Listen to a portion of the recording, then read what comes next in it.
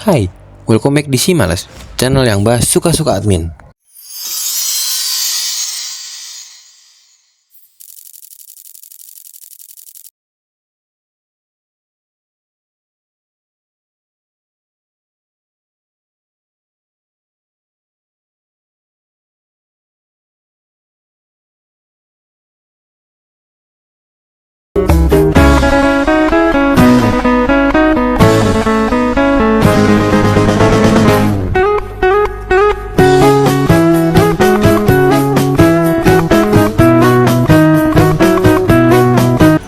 Gak peduli kalian tinggal di kota besar atau di pelosok desa, kalian pasti hampir setiap hari nemuin logo merah, kuning, biru ini.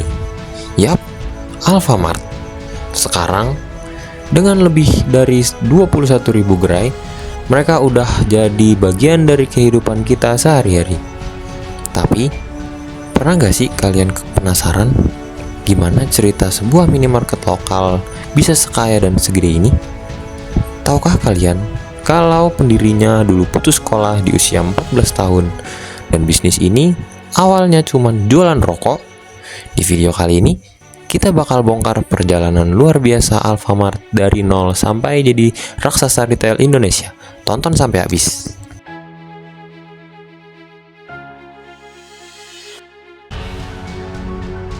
Semua cerita ini dimulai dari seorang pria yang bernama Joko Susanto. Lahir dari keluarga sederhana, Joko terpaksa putus sekolah di tingkat SMP karena kondisi ekonomi. Tapi, keterbatasan itu gak bikin dia menyerah. Di usia belia, dia mulai mengelola warung kelontong milik orang tuanya di Pasar Arjuna, Jakarta. Nah, insting bisnis Joko ini tajam banget. Dia melihat kalau rokok itu adalah sebuah barang yang cepat laku. Akhirnya, dia fokus berbisnis grosir rokok. Keberhasilannya menarik perhatian raksasa tembakau, PT HM Sampurna Tbk.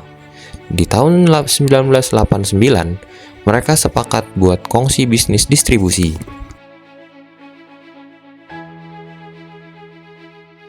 Setelah sukses di jalur distribusi, barulah pada 27 Juli 1999, Joko Susanto bersama Sampurna mendirikan PT Alfa Mitra Mart Utama. Tepat tanggal 18 Oktober 1999, gerai pertama mereka resmi dibuka di Jalan Beringin Raya, Karawaci, Tangerang. Namanya itu bukan Alfamart, tapi Alfa Minimart. Bisnis ini berkembang pesat banget. Sampai akhirnya di tahun 2002, pengelolaannya dipindah ke PT Sumber Alvaria Trijaya. Nah, catat tanggalnya 1 Januari 2003.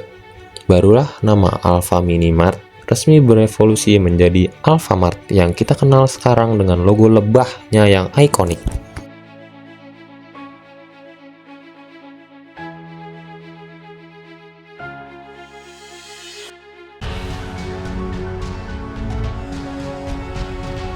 Tapi perjalanan gak selalu mulus.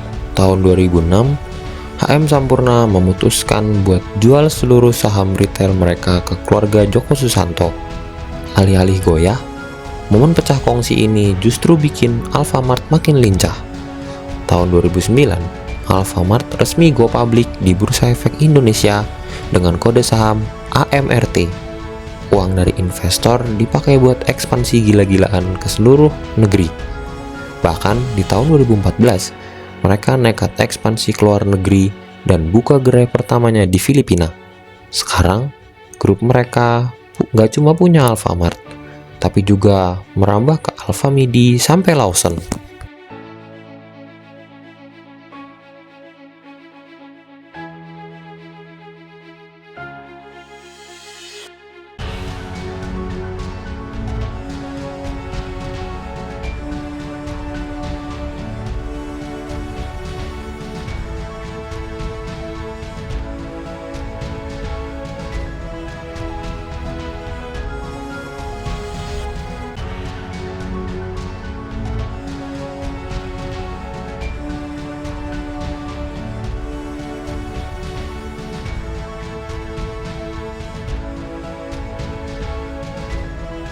Dari seorang anak yang putus sekolah, mengelola warung kelontong, hingga kini jadi salah satu orang terkaya di Indonesia dengan gurita bisnis retail raksasa, kisah Alfamart mengajarkan kita kalau modal utama bisnis itu bukan cuma uang, tapi kejelian melihat peluang dan konsistensi.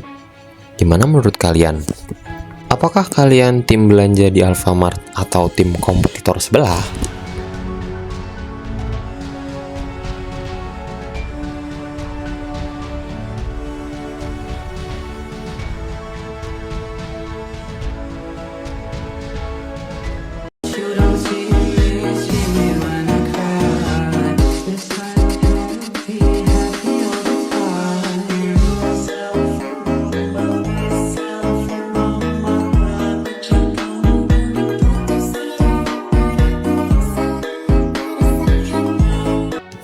Pernah gak kalian kepikiran kenapa di mana ada perumahan, di situ pasti ada Indomaret? Bahkan sering banget letaknya sebelahan sama kompetitornya. Hari ini, Indomaret punya puluhan ribu gerai di seluruh Indonesia. Tapi tahu gak kalian, raksasa retail ini dulunya cuma sebuah toko kecil yang dibuat bukan untuk cari untung di masyarakat umum? Penasaran kan gimana sejarah dan rahasianya? Yuk kita bahas.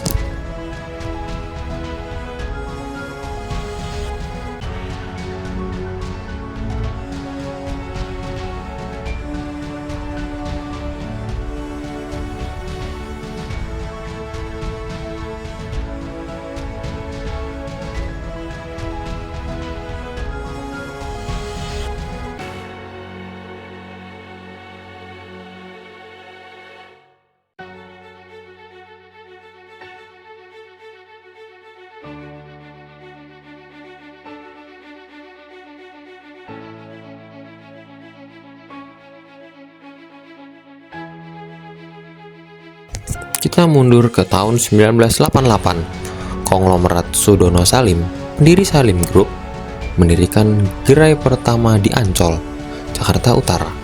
Menariknya, tujuan awal toko ini bukan untuk bersaing di pasar retail. Toko ini dibangun murni untuk mempermudah karyawan Salim Group belanja kebutuhan pokok sehari-hari. Namanya pun dulu bukan Indomaret, tapi Indomarket. Karena ada aturan pemerintah saat itu yang melarang nama asing untuk usaha lokal, akhirnya namanya diubah menjadi Indomaret yang kita kenal sekarang. Melihat potensi pasar yang bagus, manajemen gak tinggal diam. Mereka melakukan riset mendalam soal perilaku belanja masyarakat. Hasilnya mengejutkan saat itu. Orang-orang ternyata mulai bosan belanja ke pasar yang becek atau warung tradisional yang harganya sering tebak-tebakan. Konsumen ingin modern, bersih, ber-AC, harganya pasti, dan lokasinya dekat rumah juga. Dari sinilah Indomaret merombak konsepnya menjadi minimarket modern yang berukuran sekitar 200 meter persegi yang berfokus ditempatkan di dekat area hunian.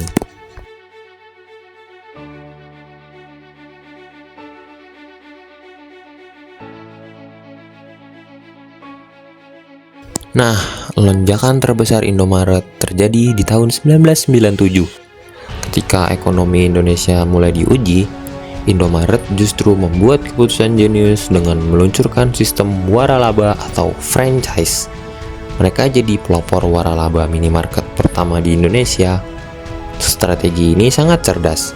Dibandingkan membangun semua toko pakai modal sendiri, mereka mengajak masyarakat umum untuk ikutan modal dan punya toko Indomaret sendiri. Hasilnya, ekspansinya meledak luar biasa ke seluruh penjuru negeri.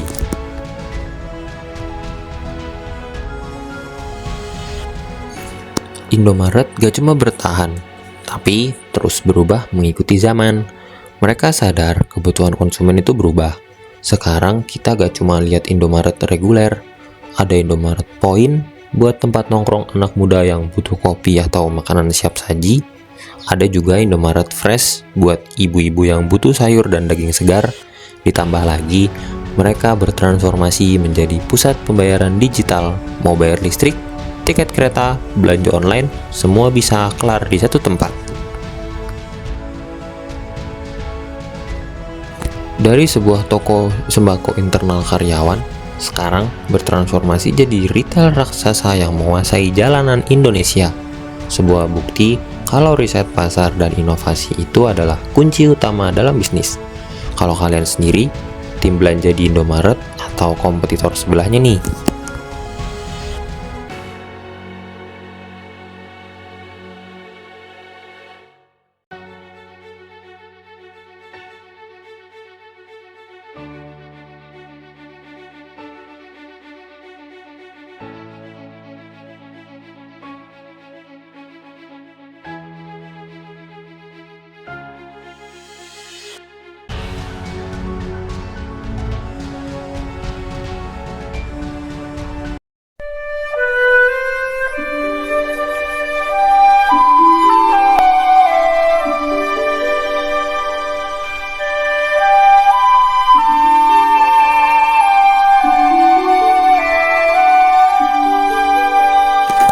Jangan lupa like, comment, and subscribe. Sampai jumpa di video selanjutnya. Dadah.